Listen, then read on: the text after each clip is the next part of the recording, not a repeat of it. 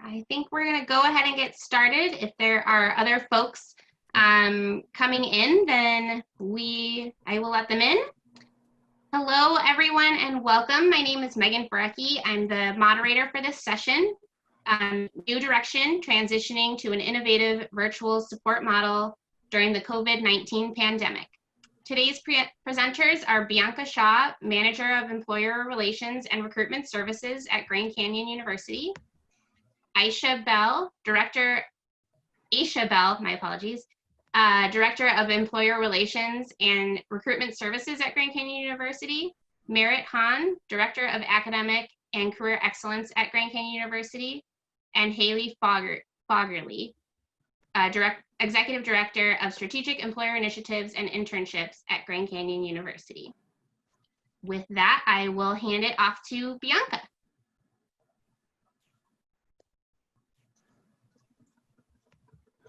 Good morning, everyone. Thank you for being here. We're super excited to share all the things that we've been doing, and hopefully you all can pick up some tips and tricks, and hopefully we can learn from you as well. So let's just jump on into the presentation. Can you all see the screen okay? We encourage you to get engaged on the chat. Yes, thank you. Reach out to people. You can do chats publicly. You can do them privately.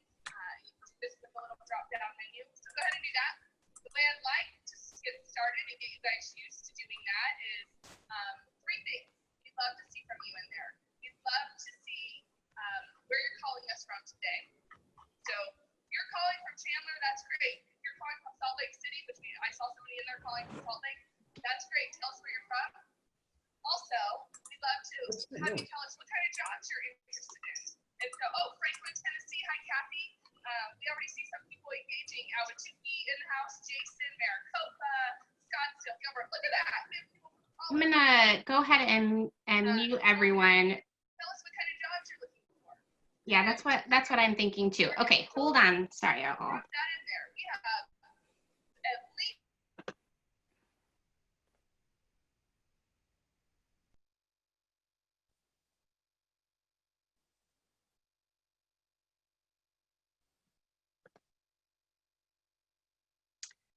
Bianca, can you unmute yourself or no?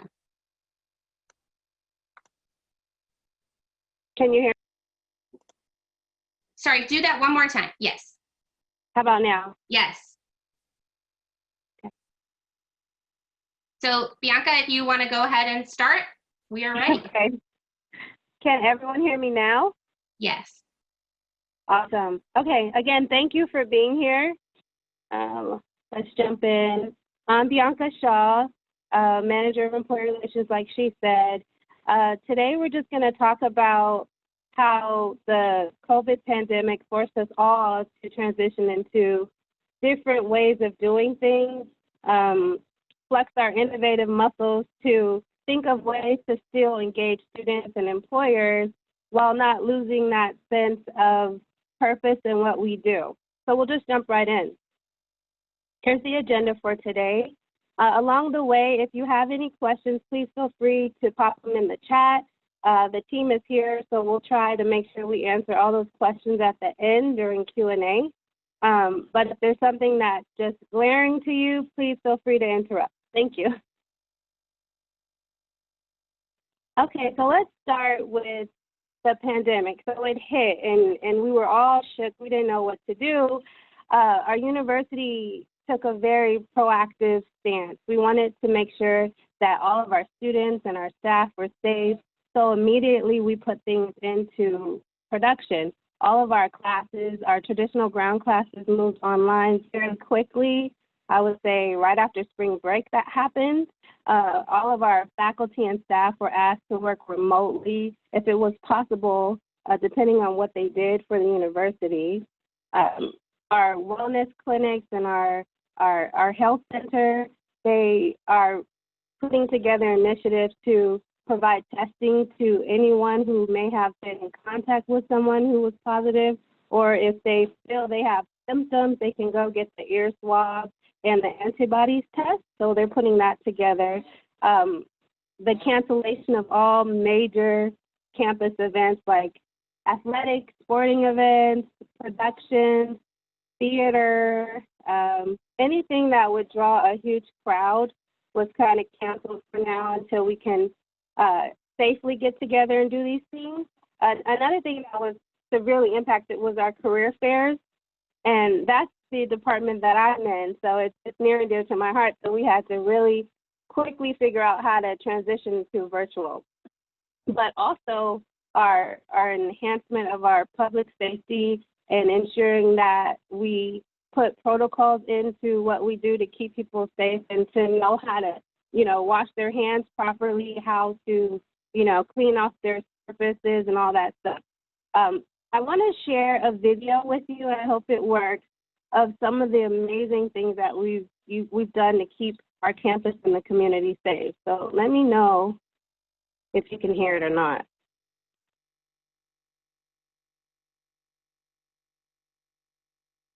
Can you give me a thumbs up or down if you can hear it? We cannot hear it.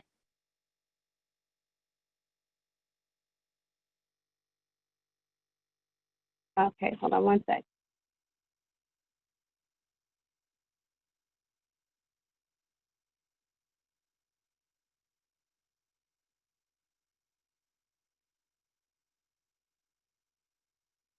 Thank you, everyone. Just 1 second. I got a trick. 1 second. Thanks, Aisha. There we are. Okay. Let's get into it. Here we go. Okay.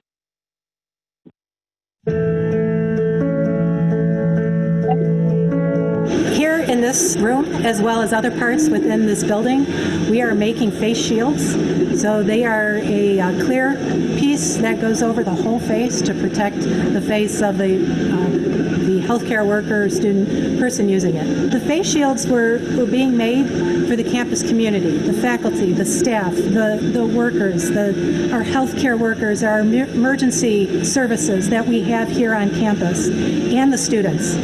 Anyone who needs it in the capacity of their job here on campus.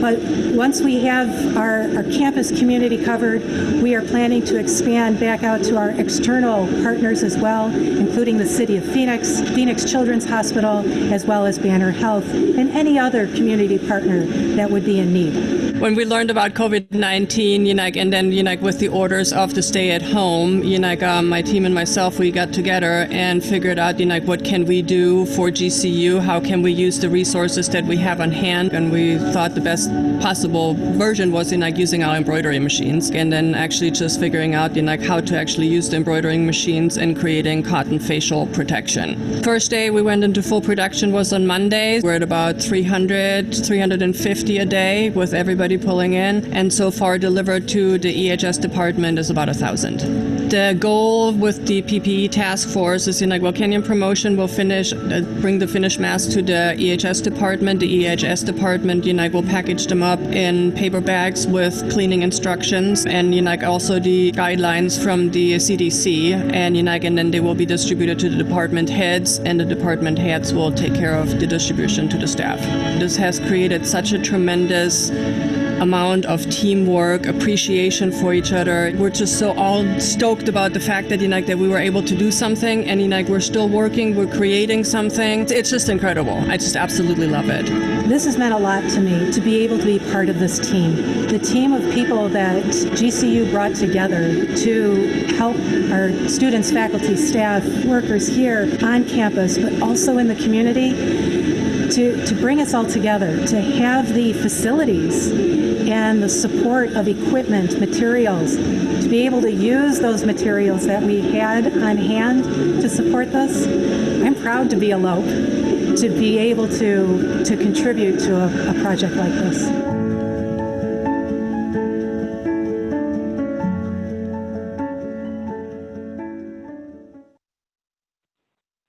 Thank you. So that video kind of speaks to our methodology, so to speak. Everything that we're doing, it takes a village, wink, wink, to get things done. So we rely on several different departments to come together to make us successful at what we do.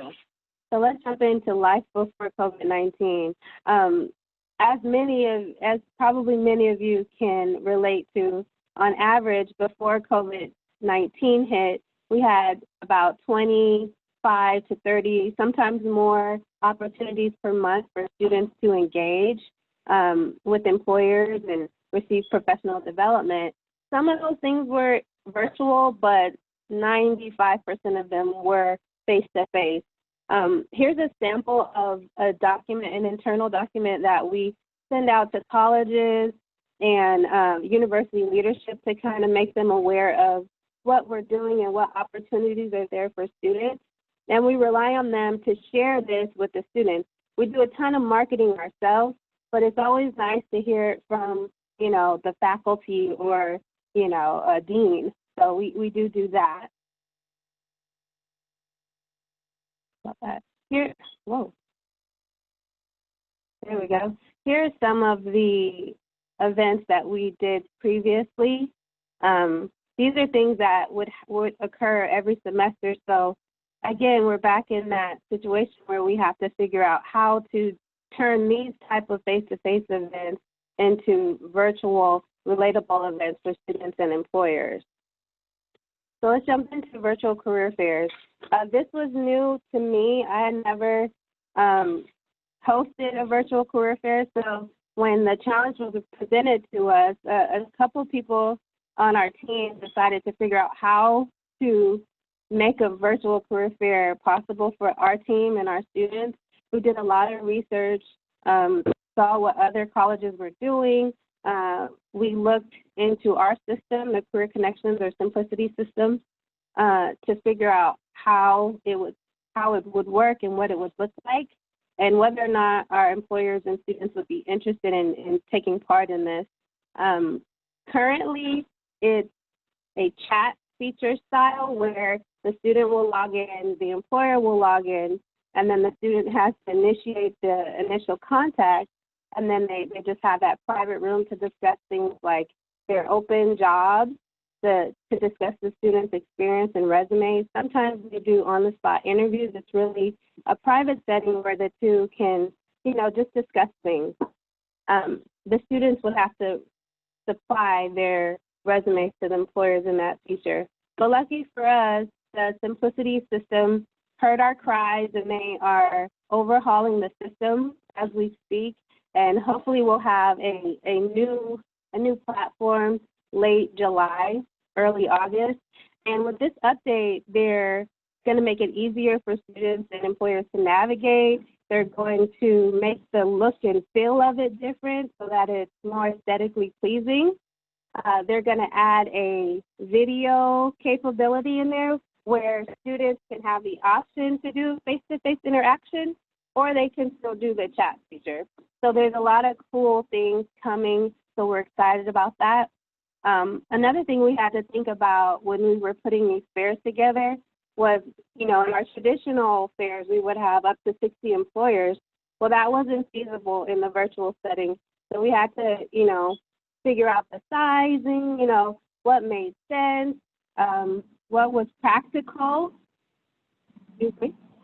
what was practical for everyone. So we had to now condense it down to about 15, 20 employers, which means we're having more fairs, which is okay too. We had to narrow down our focus more on what industries and what disciplines would better target the student audience we've had available. And, we had to think about things like different time zones. We're really in that 11 to 1, 2 to 4 kind of time, but with students being spread out all over the country, we had to be mindful of time zones. So that was something that was, I didn't think of till we started doing. Another thing that we implemented right away was a lot of training. We didn't know how to do stuff, so we figured, we can't expect the students or employers to know either. So we developed a lot of webinars and training and Zoom videos, a lot of documents so people wouldn't say, hey, I don't know what I'm doing here. We did get some feedback from our students. which was positive. So we feel like, okay, we're on the right track. Here's some examples of what they said. It was a pretty fun experience. It was a really good testament to how GCU is making the most out of a unique situation. And I mean, that's all we're really trying to do. All of us are trying to, make the best of this situation. Another virtual offering we have are information sessions. That works a little differently than the career fairs. It's an industry-led information session, so the employer hosts the meeting. It's an opportunity for them to, even if they don't have an open job, they can still stay engaged with the students and keep that communication open. They can share their job opportunities if they have them. They can talk about internships, future internship opportunities. Really, it's up to them. We have the discussion before, and, it's been successful so far. Basically, with this, we put an announcement in our system, and it pushes out to all the students. They register online, and then they attend.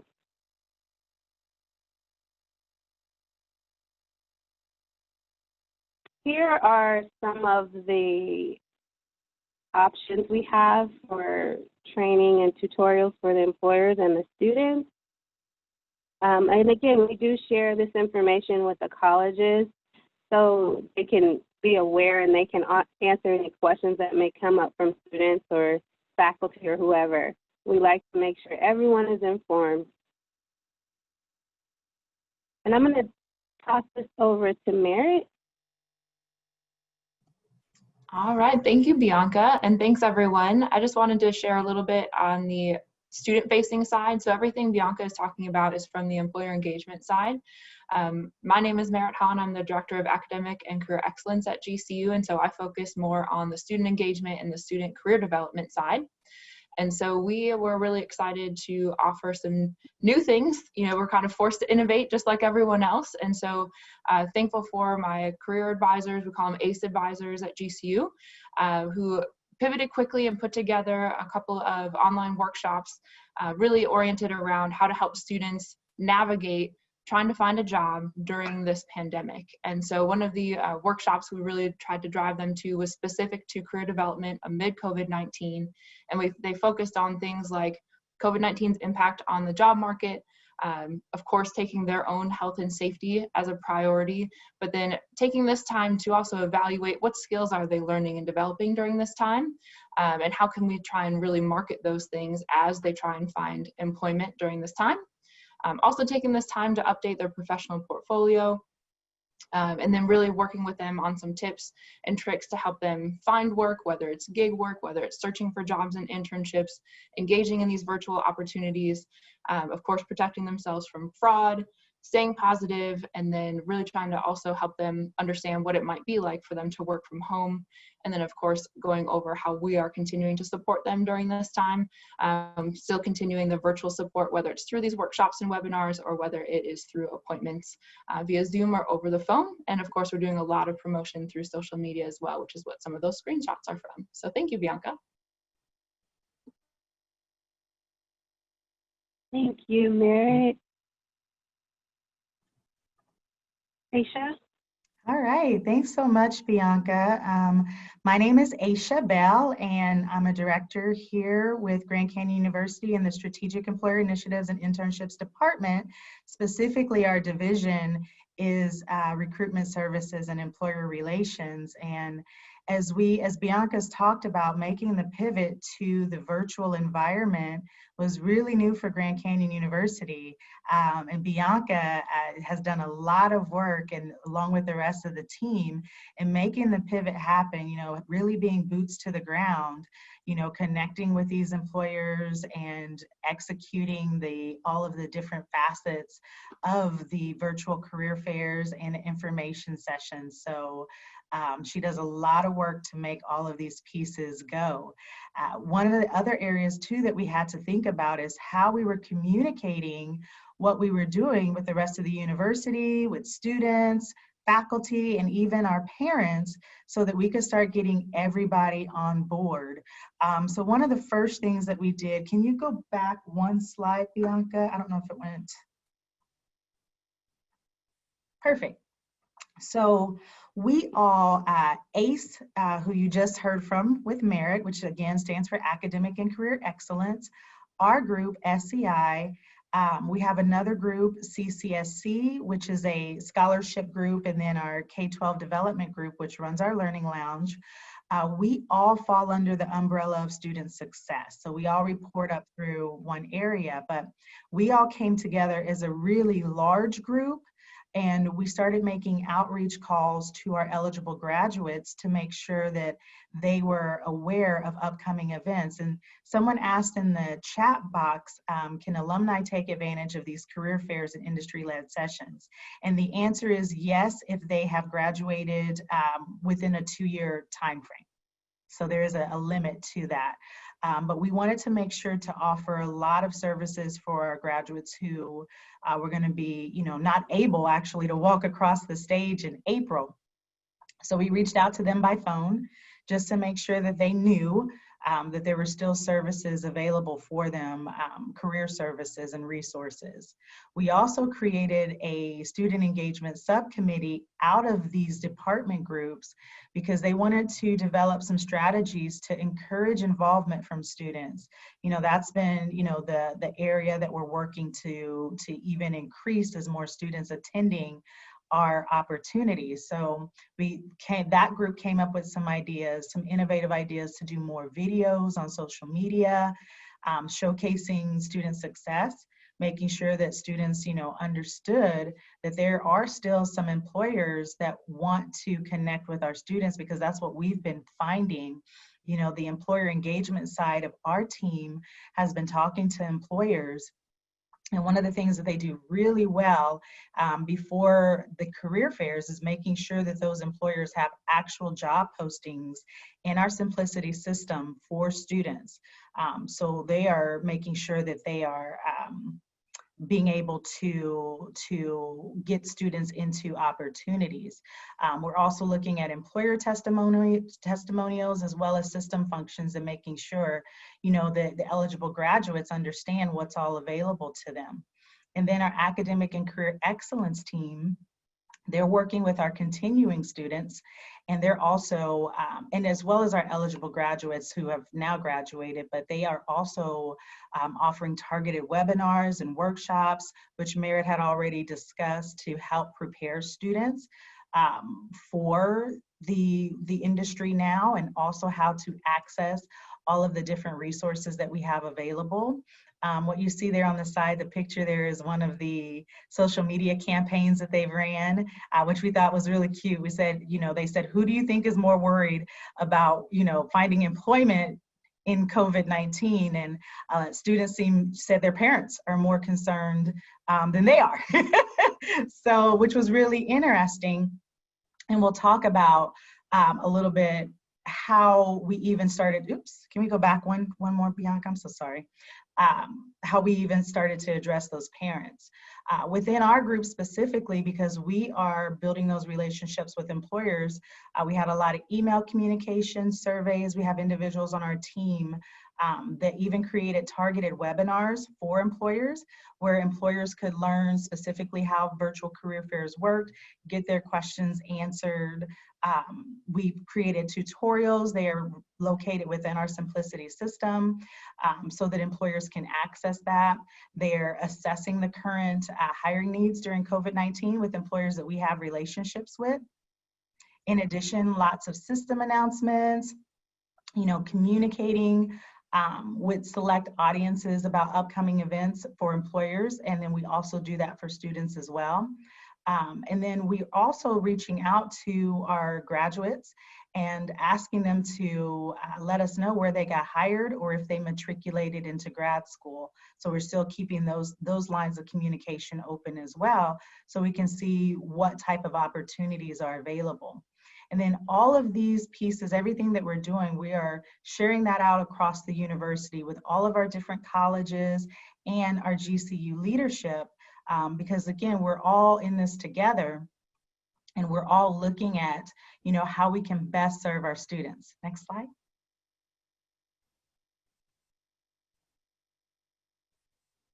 Oh, and I'm so sorry, there's a question in the chat box in regards to any of our info sessions and virtual career fairs being accessible to the public.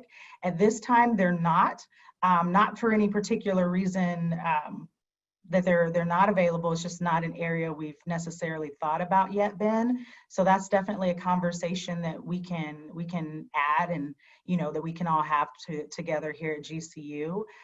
Right now, our first focus has been servicing our students and making sure that our students are prepared. So great question. If that's something some of you all have done, is provide training for the public, we'd love to hear your stories about that and share that in the chat box too. Because again, we can all help one another in this. Another area where we worked with is our faculty, ensuring that our faculty understood that we were still offering career services and support. Traditionally, over the course of the summer, we usually didn't do a lot of activity. So this has been a new day for everyone. You know, number one, transitioning to virtual, and then number two, still extending our services and career support in regards to career fairs. Now, we're always still coaching and advising students, but offering events. We haven't done that previously in the summer, so we wanted to make sure our faculty was aware as well. And so our faculty training and development department was sending out communications to faculty to make sure that, you know, they were sharing with their students that career resources were still available and that we had various events for them, and that we were supporting them. We also, again, as you saw in that previous slide, since some parents had some uncertainty about their students going back to work or getting in the workforce, we actually partner with our student affairs team, and they have a parent connections department, and they do a newsletter monthly. So we've been adding articles that are written by our academic and career excellence team. And so we've had some articles in those monthly newsletters that go to parents as well. So that's another place where we've been sharing out communications and marketing our services. We're also working with alumni relations to make sure they're aware of what's available for recent graduates, and they're communicating that as well through social media and some of their newsletter campaigns. Lastly, our GCE marketing team, they've been sending consistent communication to our recent graduates, our continuing students, via email campaigns. Even though a lot of our students have went home for the summer, we do still have some students staying on campus, and there's a lot of safety protocols in place for that. But we have digital screens and monitors all around campus, so our marketing team has also added some campaigns on those digital screens as well, along with our GCU social media. And they were constantly assessing the analytics to see how many students opened emails and clicked through emails, so we can see if we're garnering interest. Next slide.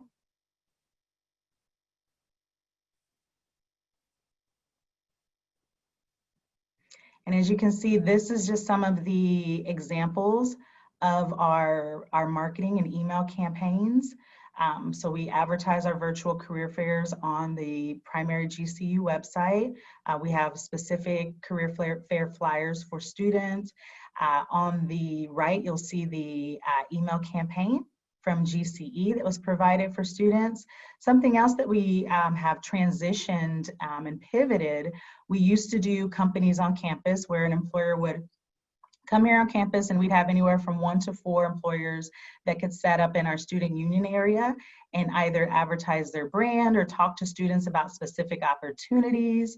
Since employers can't really come to campus now, we created a way for them to still have that opportunity to share their brand by having flyers in our system when students, right away when they go into the system, they can see the opportunities to build relationships with specific companies.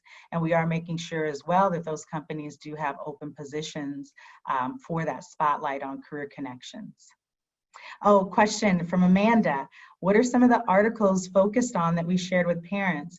The first article that we shared in May, the focus was just to let parents know that career resources are available, for them to share that with their students, that there are some industries and employers still looking to hire, and that we're here to help. The next article that we've just had in June, that one was focused on resume development. So, which is kind of the article was written so that not only does it, help students, but it kind of involves the parents as well. So parents can, look at those tips, maybe update their own resumes for, if they're in a job search as well, but that's something that them and their students can work on together. Also, we're gonna do quick tips on interviewing, but always with the goal of letting parents know that GCU, even with the pivot and everything that we've done, we're still available, we're still there to help their students. We just want everyone to know that. Great question, Amanda, thank you. Next slide.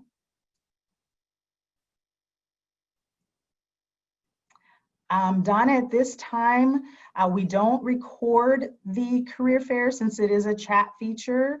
With some of the updates and enhancements with Simplicity, that might be an option in the future. Our information sessions, though, since those are typically done via a Zoom platform, things along that lines, we do have some recording options with those so that students can access those in the future. And we're working on the logistics of how to deploy those information sessions, because it does take up a lot of data. You can't necessarily email them per se. So we're going to see, number one, if we can store those in our document library within Simplicity. Great question.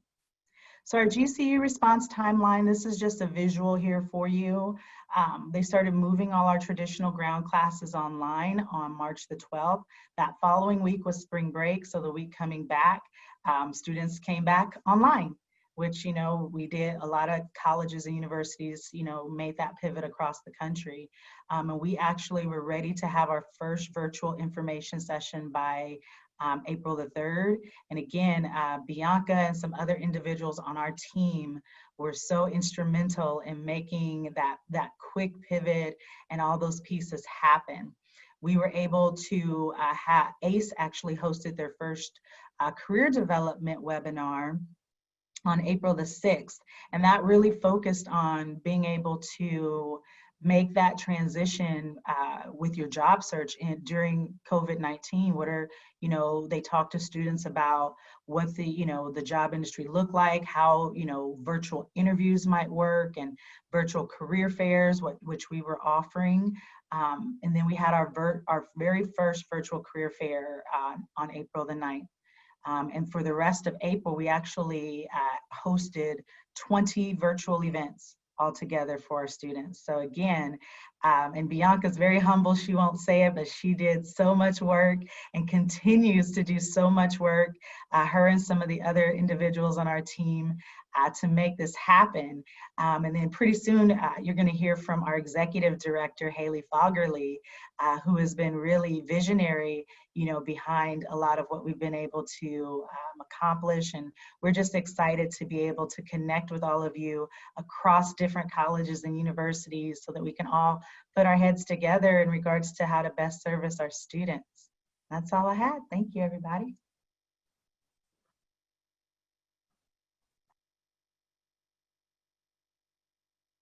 Trying to unmute myself, I'm sorry. Thank you, Aisha. And she's right, it does take all of us to do this stuff. I rely on my student workers, everybody I know, I ask. So Haley, you're up. Yes, good morning, everybody, and thank you for everybody who's joining us. And our big desire is to ensure that people know that we don't have all the answers, but we have been trying to work towards collaboration and innovation in order to best serve our students. And I think everybody here has that same desire that's on today's meeting. But really what we wanted to kind of share is just highlighting of how we brought things together, and just also paint a little bit of a picture. Our teams actually only existed for about 15 months prior. There were new departments prior to the COVID kind of pandemic and making these changes. So very enthusiastic and just excited that everybody has been able to come together with the mindset of serving our students and making sure that they're successful, but it takes all the efforts. And so our best advice and next steps for everyone is we learned to stay connected and informed by all these different groups and stakeholders. And we did a lot of investigation early on, surveying our employers, making sure we understood where they were moving within their organizations and how we could best serve them. And so we had to make changes or adjust.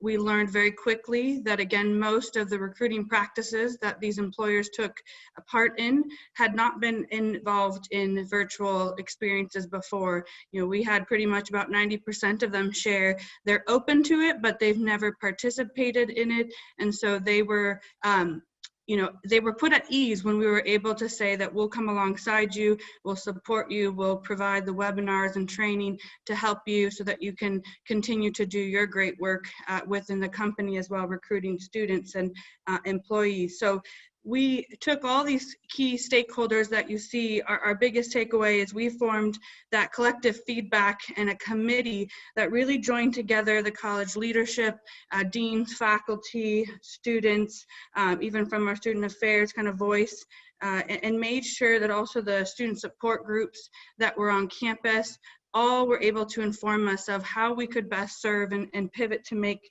the lives of our students better when changing their mindset on perhaps what they thought they were going to move into, especially the ones that were graduating. They had some, maybe a job in mind or a way they were going to go about their plan, and that had to change, and so we wanted to make sure we were there to support them and develop the resources so that we could discuss and build together as a university to support those students. So that takeaway is to form, we encourage everybody to form that joint stakeholders committee if you can get all those different voices in the room to figure out how you can join structure to provide you a platform to dig in. And then, a big takeaway is being comfortable with learning your organization's digital assets or technology capabilities. Some of us, I know, I've worked at GCU for 15 years and I was faculty for half of that time, but really, we stay in our lanes and we try to stay within a silo of our understanding. And so what we learned through all this transition is that we need to be okay with what's uncomfortable and be able to learn together and to grow together. And without the technology, we wouldn't have been able to do really anything. And so people taking upon themselves to become more technical experts that weren't before, especially with platforms. Many of you have engaged with Zoom, recruiting platforms like Handshake and Simplicity, and really encourage everybody to dig into those resources and take advantage of all the training that those vendors also provide to make sure that you're learning and equipping yourself and your organization. And quickly you'll learn how you can adapt maybe some of your services to really help and move your organization along. And so it might be uncomfortable, I know, for many conversations that we've had with the different teams, but training people on how to leveraging technology has been a key, definitely a key indicator for our success, and it will continue to move forward. And of course, just like all of you in the room, we also want to benchmark other universities and organizations. And I say also universities and organizations that maybe you may not have before look to see if models exist. In a lot of the workforce development discussions and pipelines and economic development discussions and where everybody's moving, it's good to kind of collect all of that information and try to figure out how to connect and absorb it within what you're trying to move within your own organization in order to support your services and really deliver the excellence that I know everybody is here to do. So our kind of recommendation is really keep that communication lane open. Like you said, the marketing and communication strategies that Aisha had shared, I can't say how much that really has tremendously changed the culture within our collaboration with the university, deans, allowing us to help to shape the communication to their students, and coming alongside to partner in that has been great. And so we continue to build our culture, our academic and career culture with our students through that connection and collaboration. And hopefully today you will be able to take away some insights to help your organization move forward as well. So thank you again. And I think we have a Q&A next.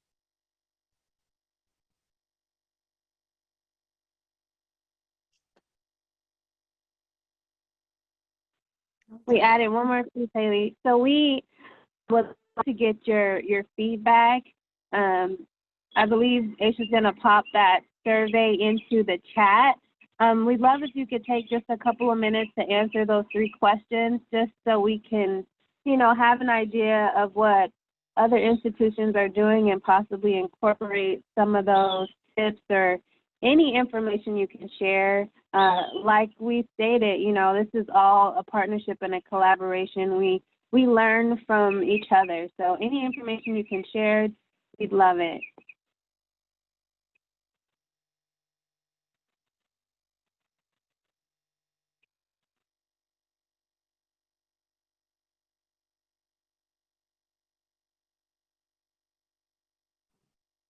That'll be in the chat in just one moment, but if you all could fill that information out, we'd really appreciate it. And it won't take more than 3 minutes of your time.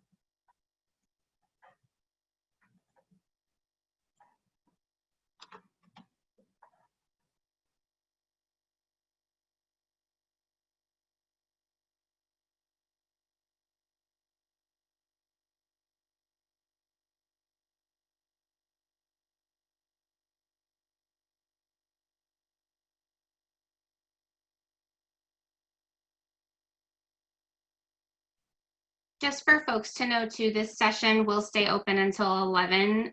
So if you do want to ask the presenters questions or anything, we will have this open until 11.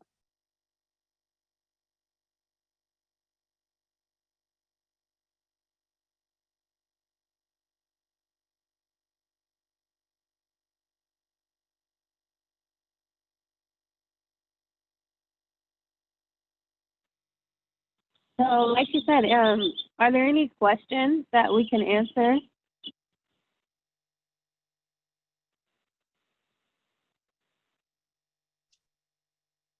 I'm going to unmute everyone. So please feel free to mute yourself again, but for folks, so to make sure that folks have the opportunity to unmute themselves. There's one question in the chat box now from Ariel. I think I'm saying it correctly. In regards to reorganizing virtual career fairs to be more industry specific. I think one of the areas where we've seen a lot of success in regards to the industries wanting to be involved is business, definitely. And early on, even education. Bianca, you want to speak more to that? Because I know you again have been so involved in all of these pieces. No, you're absolutely right. We've done our general business fairs, but we've kind of narrowed it down, like to accounting specifically, or certain parts of finance. We've had a lot of success in our finance areas, even in our production, our COFAP team. There's different sections of that we've kind of tried to focus on instead of doing a general, fine arts fair. We tried to narrow it down by, screenwriting, things like that, to really focus and hone in on a specific set of skills that students in those programs may get over, another set of students. So that's been very successful for those students. Marketing, obviously, social media pieces are, big for companies right now, because a lot of people are making that transition to virtual. Right. Security too. That's another one. That's where I would say I would add that our relationship building and communication with employers is a key, as their industries and organizations are really changing the types of positions and how they're offering those positions, whether they're work from home positions or at their sites. They have really had to think through, what are the type of skills. There's always technical and soft skills that they're looking for, but we've had to maybe change how that, even though there might be from a business industry, they might be looking for folks who are in more of the social sciences. And as a lot of, people working from home and customer support has changed, and technology support, we've had to try to figure out how to do that kind of interpretation within the university and for our students, that those jobs have changed. Thank you.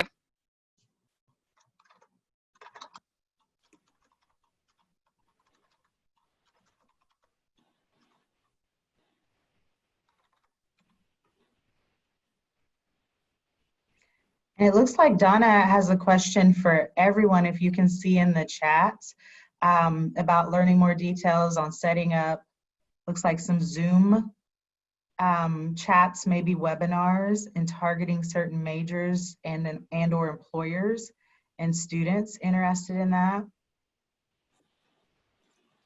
In the past, we have always, I'm from Arizona Western College, and in the past, we've had like large, I joined forces with our transfer department, transfer services department, and we have large transfer and career expos where we have about 50 employers and maybe 25 universities come to the campus to meet with students in not only for interest in transferring to universities, but also in targeted majors. And in the past, we've had like public safety, health, and education together. So we have several targeted majors. So this year we're gonna scale them down and probably offer more events. Usually we have 2 per semester, but this year we're thinking we're gonna have to offer more of them. And I just wondered if anybody had experience with the best platform to use. Right now we use a grad leaders for our career services center. We're thinking of going to Handshake in the future, but right now there's not really a on grad leaders. There's not a way we can set up events, have people register for them, but we'd have to use like Zoom or some other way to have the employers and students get together. And I was just wondering if anybody had any ideas about that.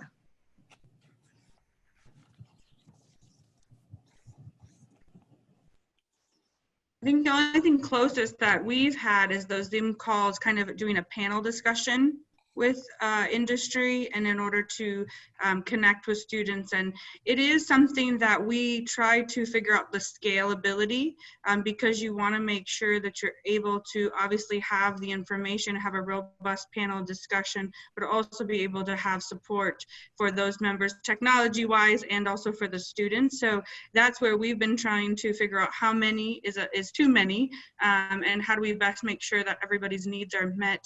So we've just began that, more recently in June, where we had those discussions. And another takeaway that we've learned is that the value proposition for making sure that the folks who you're inviting to the event understand what they're going to get out of it, because we're trying to transition our students and groups to think about how do you think an industry that you want to be in, not college specific or major specific activities, and make that a little bit more global. And we have seen that, that's still something that is challenging, especially for the students who, when they've selected a major or something, they have this idea of the world that they were going to go into and work. And so then transitioning them to think, it doesn't matter what major you have, if you're interested in going into this industry or this role, come be involved in this discussion to see and learn more and hopefully connect. So we have seen that as a little bit of a challenge in trying to work through that. So hopefully other people will have some good advice to share with us as well.